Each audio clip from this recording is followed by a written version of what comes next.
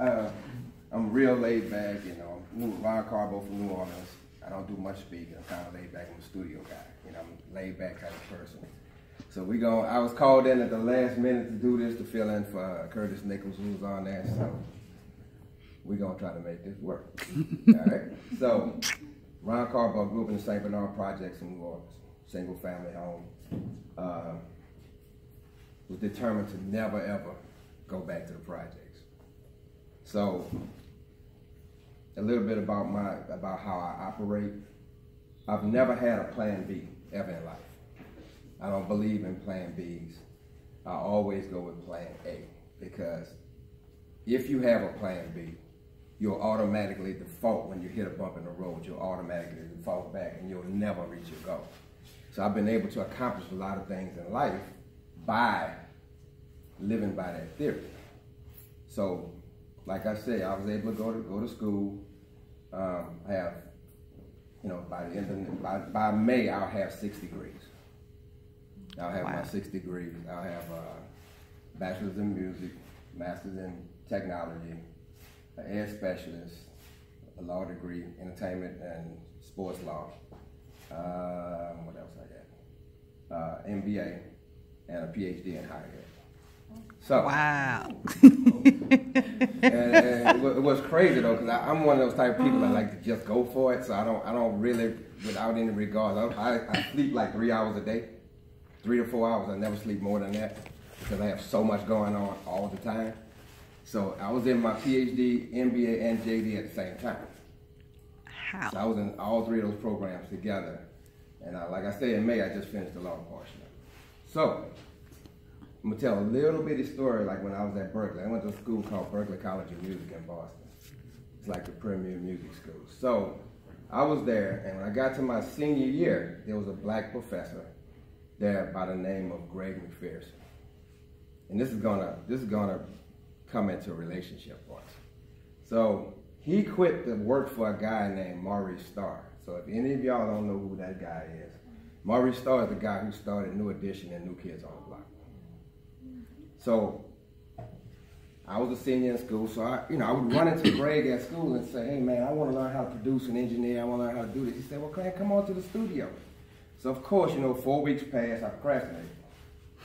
So I ran into him again and said, man, I want to learn how to do this. He said, well man, come on to the studio. Another 3 or 4 weeks passed. I'm just procrastinating, like big time procrastinating. So then I went to church one Sunday, and he was the organ player. So I saw him, I said, Greg, I want to come and, he said, man, don't ask me that no more. you BS and don't waste my time, you need to stop playing around. But he tricked me, because we were frat brothers.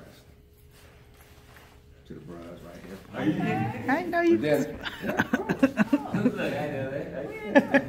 like, well, yeah, all right. So Greg said, well, man, he tricked me. He said, come on, I need a ride to the studio. I said, all right, cool. So I brought him to the studio, and I pulled up, and he said, well, come on upstairs. So funny thing about it, 2 weeks earlier, I was reading a newspaper article about Maurice Starr. I had never met him. I didn't know who he was. I just seen the article. The New Kids were blowing up. They were starting to gain momentum. New Edition was gaining momentum. So I was like, one day I'll get to meet this dude. So I went upstairs with Greg to the studio. We went up to the second floor. As soon as I walked in, all of the lights and the machines and everything, I was like, oh, this is all what I wanted to do. He said, I've been trying to get you here for 6 months. So I procrastinated and wasted 6 months worth of my career, but him taking an interest in me, he didn't give up on me. He kept trying to get me there, but because he knew I had the potential. I didn't have any skills, but I had the potential, so he kept trying to pull me in, but I was just dragging my feet. So I went up there, and it had this big guy coming. It was a kind of heavy-set guy, had a box of chicken and a guitar. And he came in, he sat down, he had a ponytail, he had grease all little crumbs around his lips. So I was looking at this guy like, man, this dude is just, who is this dude? So I'm just sitting there looking at him. And so I asked Greg, I said, have you ever met Maurice Starr? And they started laughing at me. not knowing that the fat guy was Maurice Starr. You know, I'm sitting there looking, I'm sitting right in front of him, not knowing it. So at that point, I was hooked. At that point, I was hooked at that point. So Greg tells me, he said, from this point on, I was calling him. He said, call me every day at 5:36. He called at 5:35, 5:34. I'm not answering the phone. So he was hazing me, basically. He was so at that point, you know, so I would call him every day. He would tell me, come to the studio. Then he had a chair that sit in the studio. He said, I want you to sit in this chair. Don't touch nothing. Don't say nothing. Nothing. Just watch and pay attention to how we operate. So I would sit in that chair every day for like 3 months. You know, girls would come in the studio and they were looking at her like, what's wrong with him? He don't say nothing. Like, he's slow or something. What's wrong with this dude? But I would just follow him direction. You know? Oh, that's funny. Eventually, about 3 months, this went on for like 3 months. So, but I learned a lot about how to deal with people, their personalities, their attitudes. I learned how to do that by just watching. So one night, Greg called me at 3:30, 4 o'clock in the morning and said, hey man, now he didn't have to do this. It's that friendship coming into play. So Greg said, they got an opening at the studio that I want you to apply for. So I was like, oh yeah, bet. Now, granted, I had no skills now. I said, bet. What is the engineer? You know, what kind of job? He said, a janitor position.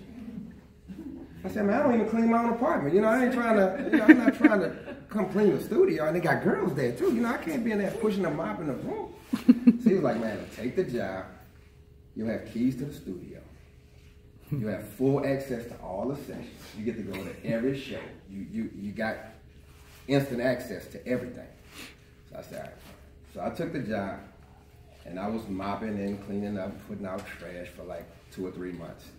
And then one night, and what I did, I worked from 4 in the evening to 12 midnight, and because I had keys, I would stay from 12 midnight to about 3 or 4 in the morning, reading manuals and playing with the machines, probably erase some good tapes and all that by accident, but you know, this is how I was learning. So whatever I couldn't figure out on my own at night, I would ask them in the daytime, the engineers, how does this work?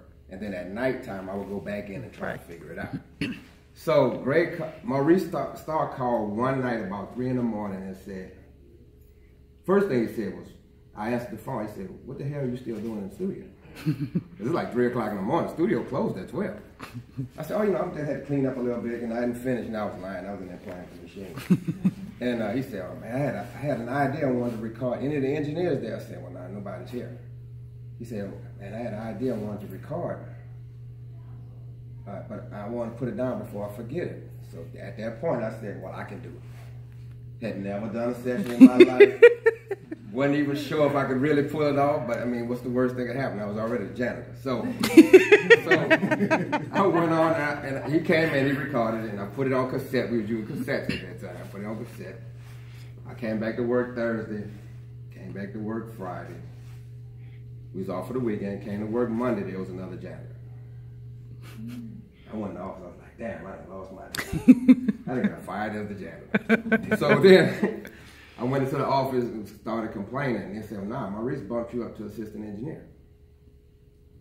So I took a shot, I took a chance, but Greg convinced me, if he didn't have enough interest in me, he convinced me to take this, and he had to really coach me to take this job as a janitor, because I was not down with that at all. And it was more of an ego and a pride thing. You know, it wasn't about working a job. I had too much pride to push that mop in that mop bucket with all of the, it was really about the girls. You know, because I was like, I don't want them to see me doing this. If the studio was full of guys, I was cool. But I didn't want the girls to see me doing this. So, but he convinced me, he took me under his wing, and we ended up selling 60 million records. Wow. And it landed an American Music Award and a Grammy out of it. But it was only because he basically choked me after that and made me get out there. And so to this day, we're still best friends. Mm-hmm. You know, we built that relationship until he brings me in on different projects, and I'll call him, and like we're getting ready to do the Nobel Peace Prize for next year. Wow. You know, he's pulled me in on a lot of stuff. We did Sister Act 1. We did a movie called South Central.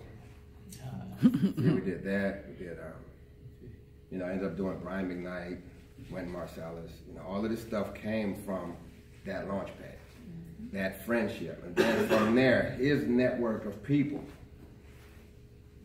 became my network of people because of the relationship.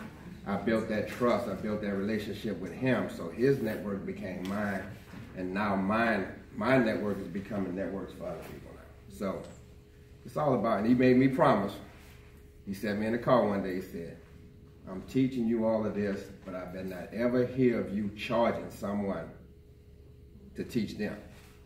If you see someone else trying to climb that ladder, I better not ever hear you charging them for it. I gave it to you for free, you pass it on for free. Wow. So that's my little bitty story.